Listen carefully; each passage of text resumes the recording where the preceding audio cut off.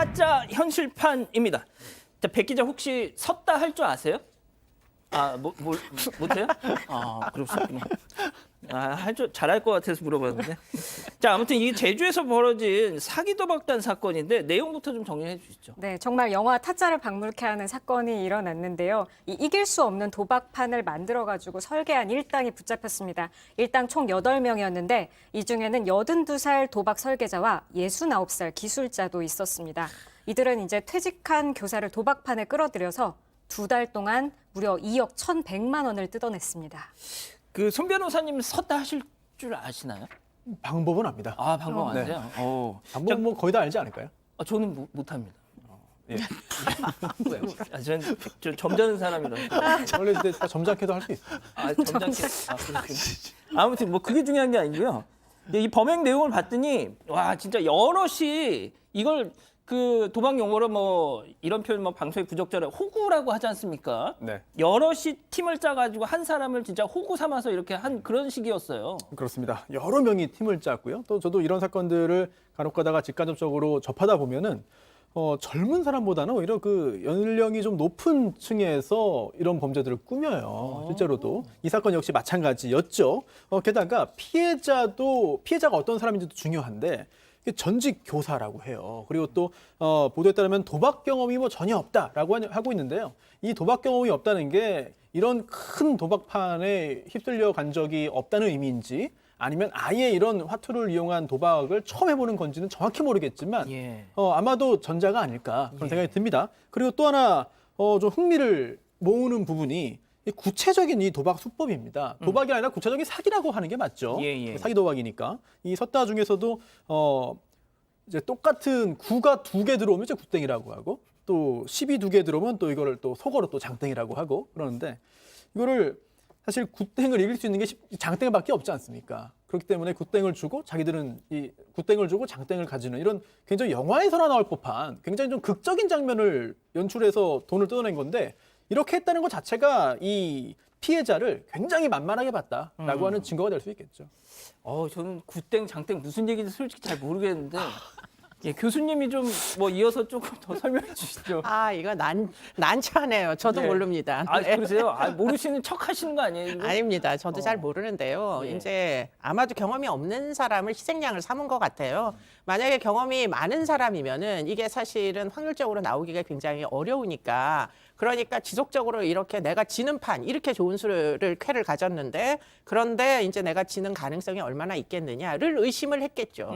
그러면 피해 액수가 이렇게까지 커지지는 맞습니다. 않았을 텐데 문제는 초짜이다 보니 2억이 넘는 돈을 지금 잃었다는 거잖아요. 보통 사람이 도박을 하다가 돈을 잃잖아요. 그러면 다음에 또 잃을 수 있다라는 가능성보다는 다음에는 따겠지. 이번에 잃었기 때문에. 그건 아무런 확률적으로 서로 인과관계가 없는데 그렇게 오지각을 한답니다.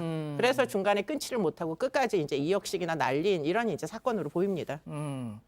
자, 그런데 이 사기 도박단의 그 피해자가 이제 전직 교사였잖아요. 자, 그런데 이 일당 중에는 전직 공무원 출신도 있었다고요? 네, 전직 교사에다가 도박 그 경험이 없는 사람이었잖아요. 이 사람을 끌어들이기 위해서 이 30년 경험이 있는 전직 공무원이 나섰다고 합니다. 일당에게 이제 수익을 나눠 갖기로 하고 이 사람을 이용해가지고 결국에 유인을 했었다고 합니다.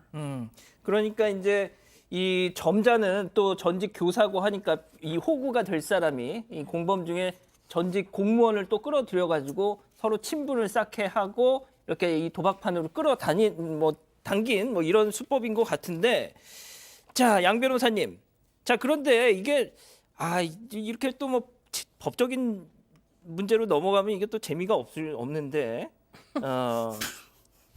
자, 양 변호사님 그랬는데 이게 제가 이 관련 기사에 달린 댓글을 봤더니 이런 게 있대요. 이거 좀 아시는 분이신 것 같아서 제가 좀 소개를 해드릴게요. 굿땡 잡고서 드디어 왔다 하면서 쾌재를 불렀을 거다 이 피해자는.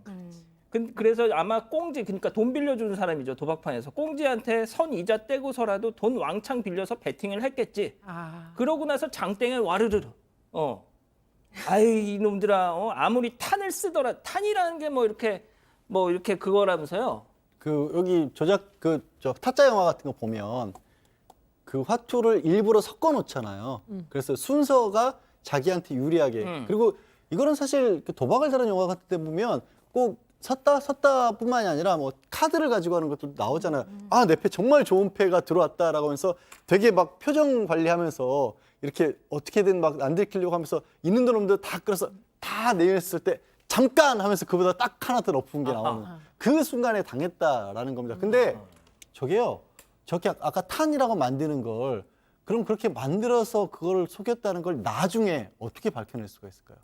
이게 아예 뭐 예를 들어서 화폐 조작을 했거나 표시를 해놨거나 이런 거는 찾아낼 수가 있는데 그냥 아까 기술자 이런 사람들 보면 영화에서도 정말 막 손재주가 빨라서 남들 눈치 못 채게끔 화투를 섞지 않습니까? 예. 근데 화투는 정상적인 화투인 거예요. 어. 그러면 수사를 해도 이 사람들이 실제로 사기를 한 건지 밝히기가 너무 어려웠다는 그렇군요. 겁니다. 그래서 이게 법적으로도 쉽지 않았던 사건이었고 검찰에서는 나중에 이 부분을 밝혀냈거든요. 검찰에서는 뭐 휴대폰 그 사람들이 그래서 경찰에서는 무혐의 판단했었군요. 네, 그랬던 겁니다. 근데 검찰에서도 휴대폰 포렌식도 하고 나중에 이 사람들끼리 결국 돈을 나눠 가졌을 거 아니에요. 계좌 추적도 하고 해서 어렵게 밝혀냈던 게 경찰이 잘못한 게 아니라 잘못했다보다 검찰도 어렵게 밝혀냈던 게 이게 대검찰 중에서도 우수 업무 사례로 뽑았을 정도로 쉬운 일이 아니었던 겁니다.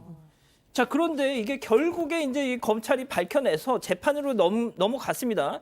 손 변호사님, 재판부 네. 판단은 어떻게 나왔습니까? 네, 유죄 판결을 내렸는데요. 일단 형량부터 보시죠. 1심에서는요, 이 도박 설계자 최 씨, 또 기술자 정 씨는 징역 2년 6개월형을 선고하면서 집행을 4년간 유예했습니다. 또 자금책 오 씨의 경우에는 징역 2년, 집행유예 3년. 또 그 외에 일당 5명의 경우에도 징역 6개월에 집행유예 1년 형을 선고했는데요. 생각보다 뭐 형량이 너무 낮은 거 아니냐라는 예. 생각을 많은 분들이 하실 수도 있을 것 같습니다. 특히 이들은 이게 처음이 아니에요. 특히 주범 최 씨, 정 씨, 오 씨는 전에도 이런 사기 도박으로 여러 차례 처벌받은 전력들이 있거든요. 결국 계속해서 예전에 처음 배웠고 처음 써먹었던 수법을 계속 씁니다. 그래서 지금 문제가 됐던 거는 이른바 섰다잖아요. 예. 그런데 이게 바둑, 장기, 또 간혹 윷놀이도 활용이 됩니다. 그래서 이렇게 고령자들의 경우에는 본인이 처음에 썼던 거를 계속 쓰는데 그러다 보니까 피해자 역시 또 고령자인 경우가 많아요. 이런 사례들이 지금도 계속해서 누적되고 있습니다. 양 변호사님이 좀 아시는 것 같아서 제가 좀 여쭤보니까 그 영화 타짜에서 정마담 대사 중에 이런 게 있어요. 화투판에서 가장 어려운 일이 호구를 어떻게 판때기에 안 치느냐다. 뭐 그런 대사가 있더라고요. 자, 그런데 아무튼 또 그 앞서 제가 댓글 소개해드리다 말하는데 아무리 진짜 그래도 상도의가 있다. 굿땡을 장땡으로 잡아먹는 설계는 하지 마라. 뭐 이렇게 또 아주 준엄하게 또 이렇게 꾸짖으시더라고요. 아마도 적당히 좋은 패가 아니라 거의 굿땡이면 짐작컨대 거의 굿땡이면 장땡 말고는 이길 수 있는 패가 없으니까 거의 불가능한 정도의 확률이라는 그런 얘기가 아닌가 싶습니다. 그런 건가요? 추측입니다. 알겠습니다. 또 오늘 좋은 거 하나 배워가네요.